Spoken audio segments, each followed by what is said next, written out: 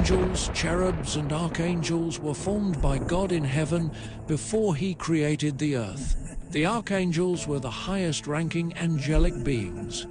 The highest archangel from the past, Lucifer, was one of these beings.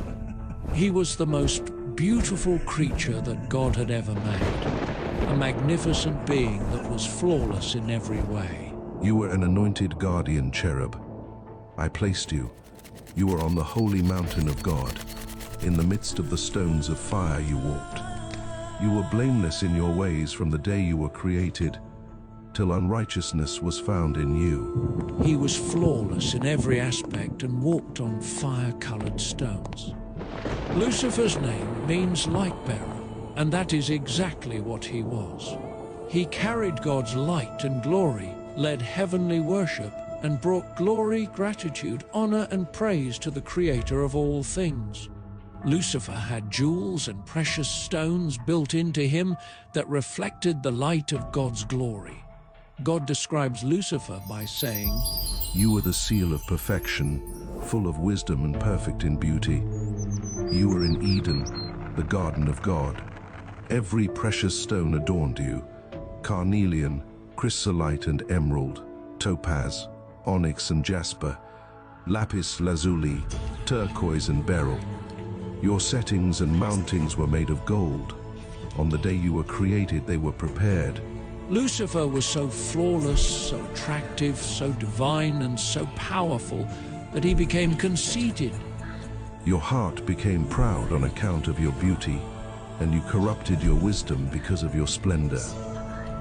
So I threw you to the earth. I made a spectacle of you before kings. He quickly developed a sense of pride in his superiority over God's other creations and began to believe that he was the one who belonged on God's throne. His goal now was to become God. Lucifer thought he was most deserving to be in God's presence, and because he seems to have understood God better than anyone else. How you have fallen from heaven, morning star, son of the dawn. You have been cast down to the earth, you who once laid low the nations. You said in your heart, I will ascend to the heavens. I will raise my throne above the stars of God. I will sit enthroned on the Mount of Assembly, on the utmost heights of Mount Zaphon. I will ascend above the tops of the clouds. I will make myself like the Most High. Lucifer not only wants to replace God, but he also wants to be seated in a position that is even higher. Lucifer's pride would drive him to act on his beliefs that he was indeed stronger than God. Lucifer is described as perfect in every manner, but he was blinded by pride, which also caused him to go down a road of arrogance and started pressuring other angels to serve him.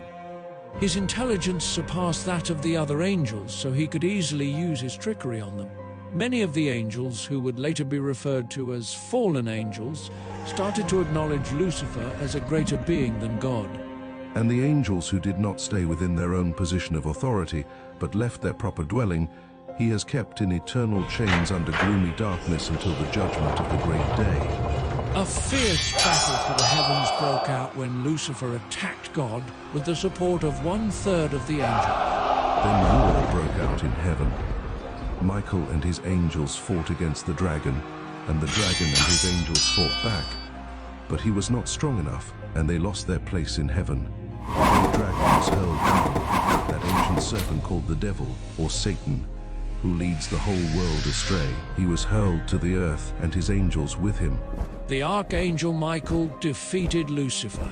Not only is he rejected by God, but he and the other angels who fought along with him are also kicked out from heaven. Jesus replied, I saw Satan fall like lightning from heaven.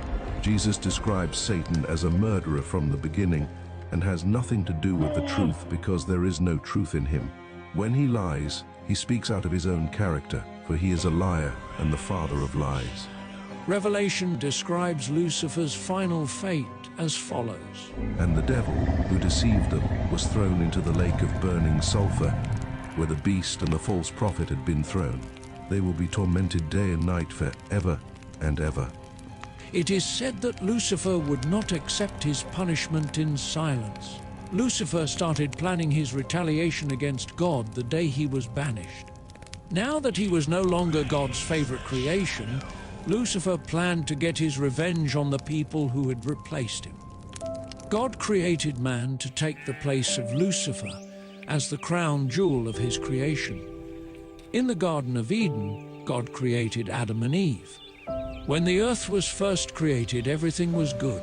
It was perfect, gratifying, and satisfying. Man and God had a closer bond. Lucifer was determined to destroy God's creation because he could not bear the idea that God would choose a less powerful creation above him.